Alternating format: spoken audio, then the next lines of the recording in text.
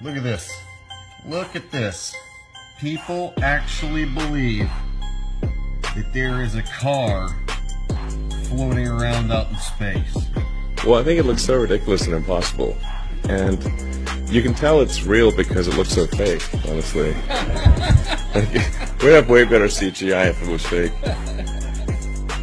This is live on the air, okay?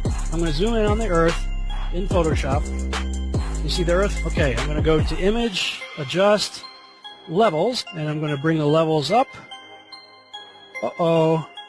What is that? Why is there a square box around the Earth?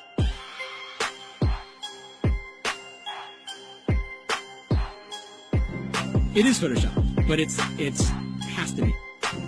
It is Photoshop, but it has to be. It is the world that has been pulled over your eyes to blind you from the truth. What truth? That you are a slave, Neo. Like everyone else, you were born into bondage. Born into a prison that you cannot smell or taste or touch. A prison for your mind.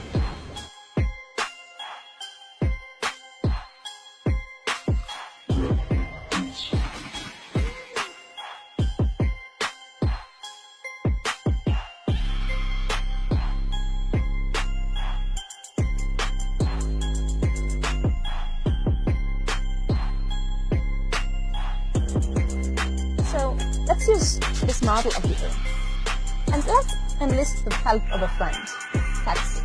You might know her. Next segment, I'm going to show you how NASA grabs objects in 3D space, rotates them around, manipulates them. They can do this with water, with cloth, anything. And the cool thing about it is we can take what they're doing, what they're seeing with their contact virtual reality augmented lenses, and put that on a separate video layer live.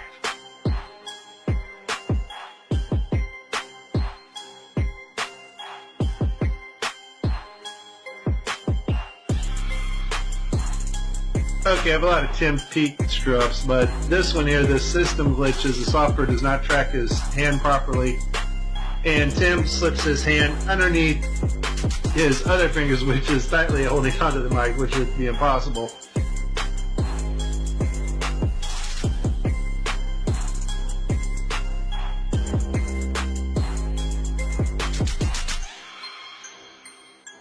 You can tell it's real because it looks so fake, honestly. We'd have way better CGI if it was fake.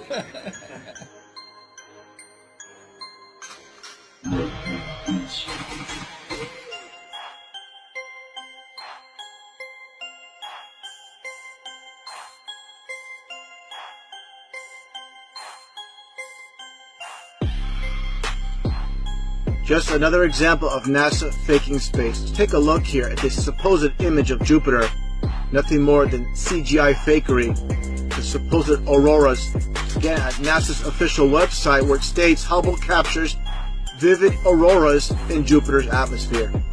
Here's the problem. The date of June 30th, 2016. Now take a look at this. Another so-called official image of Jupiter. This one's from back in 2014. You see the problem here? Now let's take a closer look at the supposed two images provided from NASA of Jupiter. All the clouds are in the same exact position. Here's a side-by-side. People can't see what's taking place here with NASA. Nothing more than fakery. I mean, give me a break. This is a complete insult. You have a brain in your head.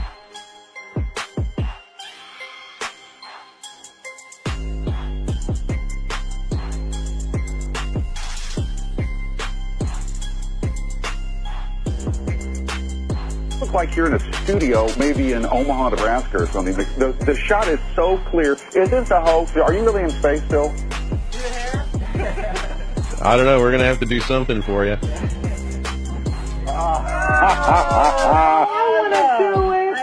Oh, yeah, I can do that. Watch this. Is this a hoax? Are you really in space still?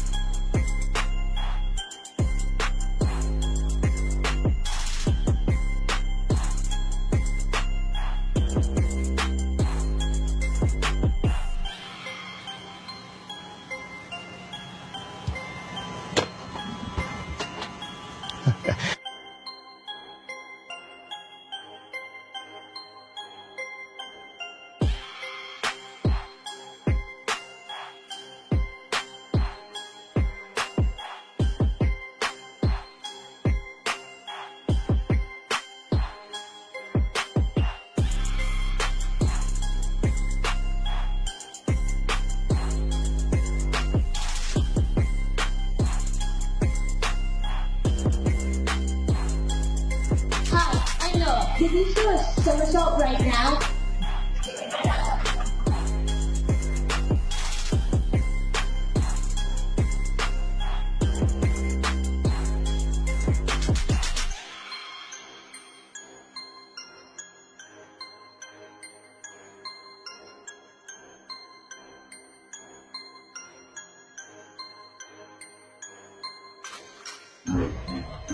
Is this a hoax? Are you really in space still?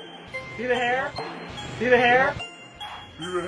And they just start making stuff up. Yeah. Like that Neil Armstrong guy. Have you seen him on the talk shows? Neil Armstrong, you mean the first man to walk on the moon? Talk about a fish story. Man, and they're buying it. Oh, yeah.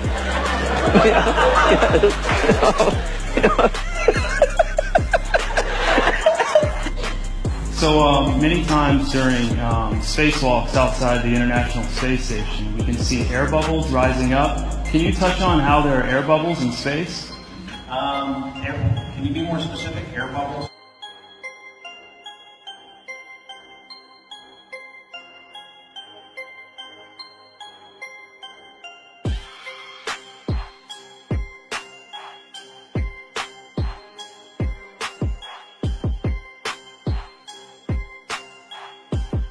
So yeah, like a lot of times during the footage, the NASA footage, you can see bubbles coming up out of the helmets or kind of from underneath you. How do you explain bubbles in space? Yeah, I'm not sure exactly what you're talking about. Now, sometimes you get water in the helmet, and it comes either from sweat or from the cooling garments, and that's generally what that is. I've never seen any kind of air bubble anywhere. Could it be that you're filming in an underwater pool and you're not really out there?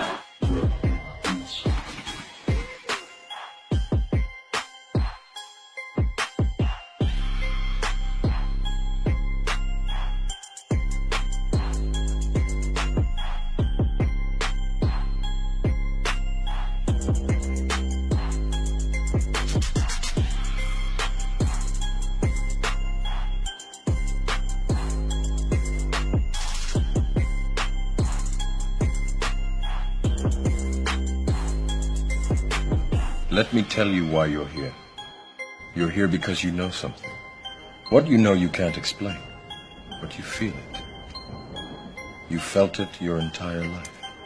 That there's something wrong with the world. You don't know what it is, but it's there, like a splinter in your mind, driving you mad.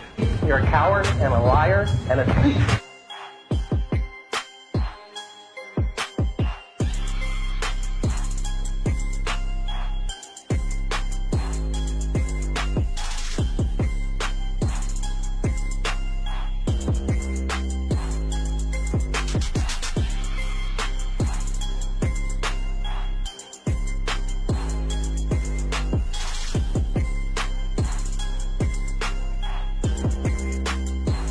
In 1986, the shuttle Challenger exploded about 74 seconds after takeoff, killing all 7 astronauts inside. Or did it? It turns out that 6 of the 7 are still alive and kicking today. Ellison Onizuka claims to be his identical twin brother, Claude. Yeah, I've got an identical twin brother, Claude, too. The Challenger pilot, Mickey Smith, hasn't even bothered changing his name. He's now Professor Michael J. Smith of University of Wisconsin. Now, Krista McAuliffe was a bit of a sneaky one. She was the Challenger payload specialist, quite famous for being a teacher. It turns out, during her astronaut days, she was using her middle name, Krista, and now she goes by her first name, Sharon. The Challenger commander, Francis Richard Scobie, is now Dick Scobie, which sounds like a rather unpleasant disease.